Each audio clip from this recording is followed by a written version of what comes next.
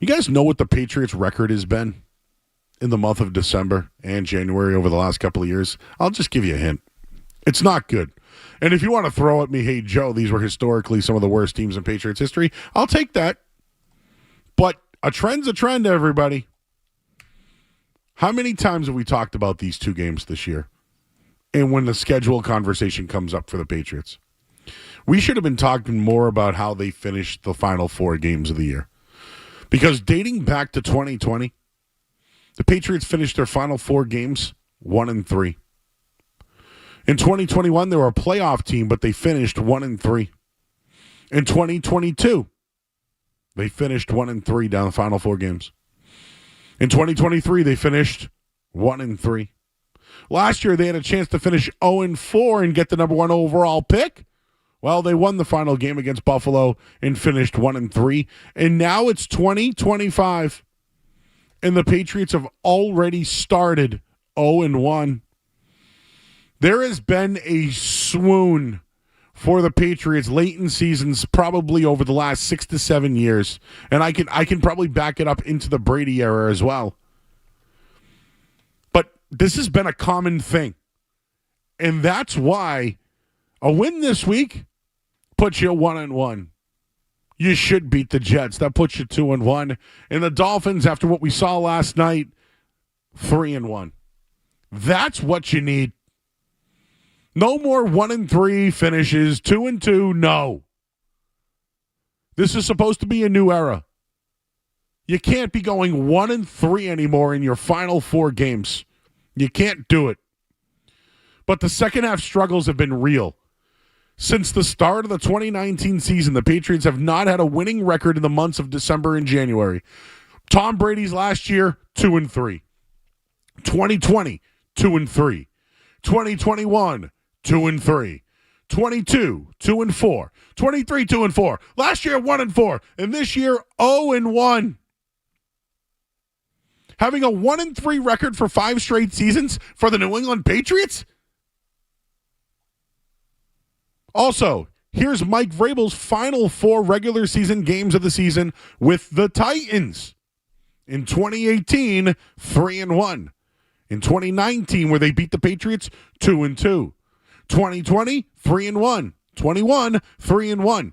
The year before he got fired, they went 0-4 down the stretch. And in 23, they went 1-3. Mike Vrabel, in his last 3 seasons, is 1-8, the final 4 regular season games of a season. Think about that for a minute here.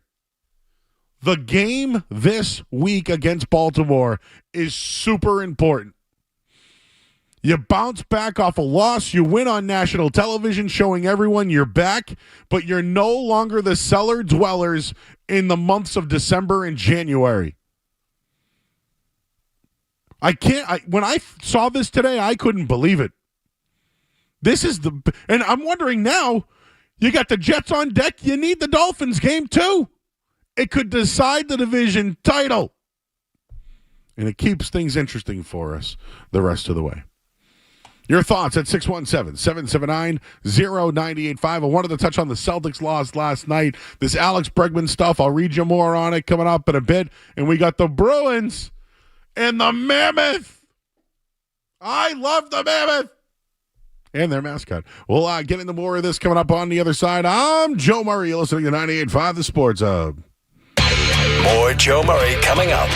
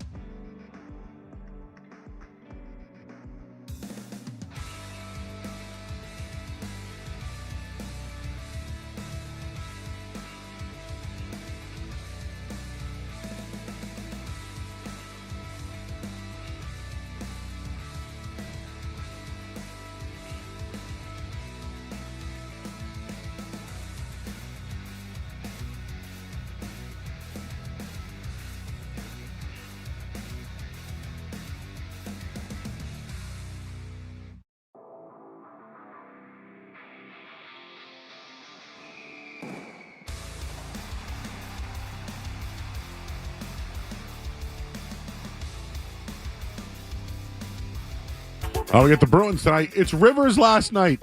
Well, we've designated it as Rivers last night because we're not going to be here anymore, Skaz. So last night was Mark's last night. Tonight we get River. We're going to have a party coming up in a little bit. We got Augustus Chicken. I'll give you them a plug in a minute here. But they're coming up shortly. So we'll get into that. And we're having a party tonight. We'll be our post game for the Bees as well. Again, the number 617-779-0985. Hey, Skaz, while I got you back there, what do you think of those numbers? I'm sorry. I know I'm putting you on the spot right now because it's like a peanut gallery of people back there tonight because, you know, I think we're all getting over the condition that we've all had over the last couple of weeks, whatever's gone on in the studio, but we're all back. But when I give you those numbers regarding the Patriots, forget about the historical for the Pats. You and I were not Vrabel guys to start. In my case was more about him with Drake May. I'm now starting to wonder if Mike Vrabel's been involved enough with the defense. And I gave you those numbers, how they've gone 1-3 the final 4 games the last 5 seasons. Mike Vrabel's last 2 seasons, including this year, he's 1-8 the final 9 games of a season? Woof! What'd you think of those numbers? Because again, he's had good years: 3-1, 2-2, 3-1, 3-1, 0-4 in 22, 1-3 in 23, and then this year 0-1 against Buffalo with Baltimore on deck.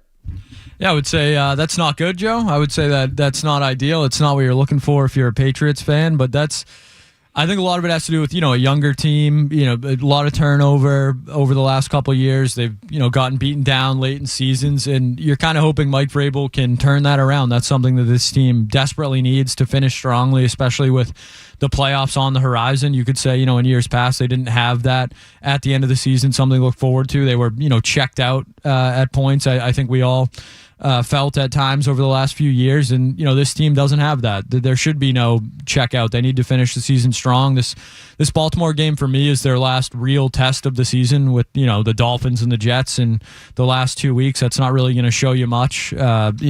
You hope, pray they don't lose those games. That would be catastrophic. But this is a huge game for them Sunday night in Baltimore, and I'm interested to see not only how Mike Vrabel looks, but Drake May on the road, Josh McDaniels on the road. I think it's a big week for everybody, coaches and players included. What would be the one fix for the team if you were like, this is the number one most important thing they need to fix? Tackling. So I said defense. Yeah. Or red zone defense. Last week, how many did they miss? 10, 12? A lot of tackles. I think they said this was the worst week they've had tackles. Since they lost to Pittsburgh, I believe. Not good. So maybe Robert Spillane and Milton Williams mean something? I would say Milton Williams certainly means something. And yeah, Robert Spillane as well, a guy who struggled to start the season, has certainly turned it around. That they missed him on Sunday. All right. Have you heard about this Bregman report, dude? Oh, the mystery team, Joe. You like mystery teams? This is smelly. Come on. Yeah, this is Scott Boras. He's got no other suitors for Alex Bregman. Do you think the Arizona's in on this? I mean, probably. Why not? The Red Sox don't seem too eager to sign Alex Bregman, or they would have done it already. So I believe the reports that the Diamondbacks are out there. What's a more competitive team, the Red Sox or the Diamondbacks? Who went to the World Series more recently? That would be the Arizona Diamondbacks, right?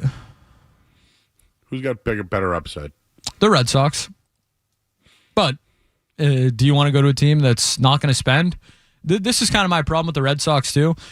People acting like bringing Alex Bregman back is some huge addition. You're the same team you were last year. You're just bringing Alex Bregman back. You're not adding to the roster. You're not making the team significantly better. They've gotten a couple arms, nothing significant. Sonny Gray's 38 years old. So for me, the Alex Bregman thing almost feels like a necessity at this point. If they don't bring Bregman back, how do you feel like this team is any better than they were last year? Oh, they're not.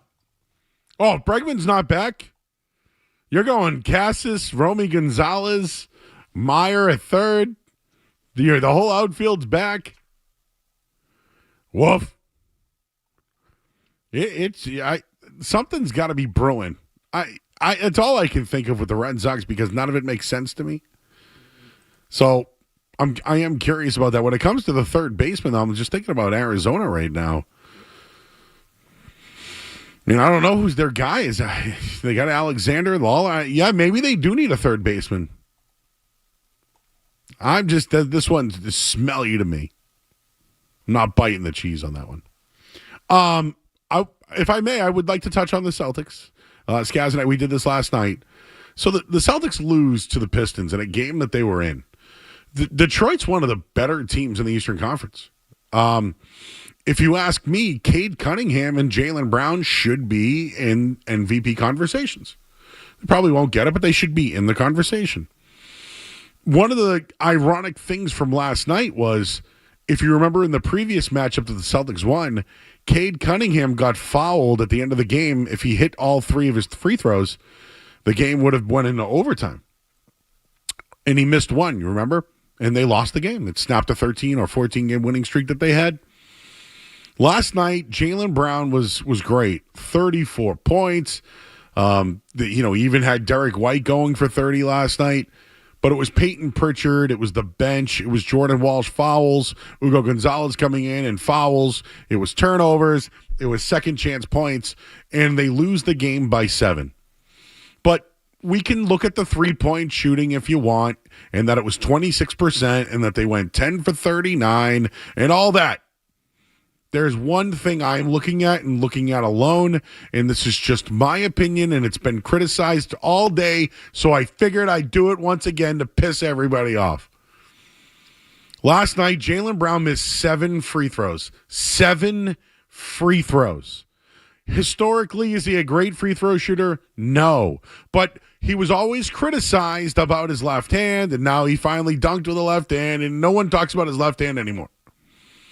Can you get better at your free throws, Jaylen Brown? All I see graphics all day long. Look at Jaylen Brown. His last 10 games, he's averaging 34 points a game. He's missed 7 free throws last night. They lose the game by 7 points. It's his team. It's his year. They're starting to play his style. But you know what?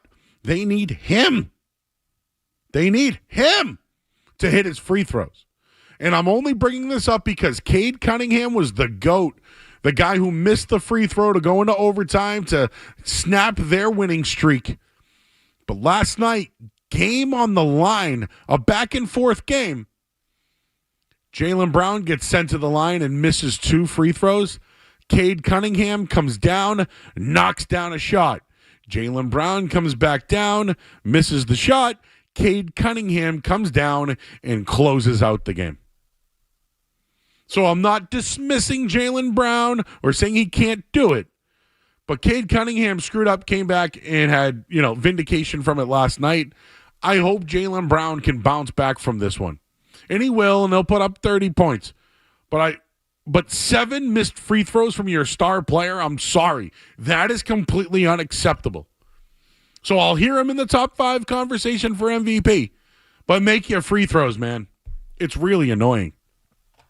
You also got the Bruins tonight. We're coming up shortly here. The Mammoth coming off a win against Pittsburgh where they won in overtime. They were down. They had 3 goals. Scored 3 straight to send it into overtime and had a big win. So the Bruins are off a road trip where they lost on Sunday night 6-2. Looks like Morgan Geekie is back at practice. I know he left the game and only played 12 minutes the other night. But it's a kind of important game on a 5-game homestand here for the Bees. And, David Pastrnak and Charlie McAvoy are back. It was good to see McAvoy back, after missing the time. But Pastrnak, he's due. He's due. He had 7 points in the first 2 games back on the road trip. I think he comes back home tonight and lights the lamp for the Bees. Anytime goal, David Pastrnak tonight. Plus 140. Give us a box of pasta. All right, we'll be here post-game tonight. You don't want to miss it. We'll hand things over to Ryan Johnson and Bob Beers will be on the call tonight. Bruins and Mammoth. I'm Joe Murray. All that coming up next here on 98.5 The Sports Hub.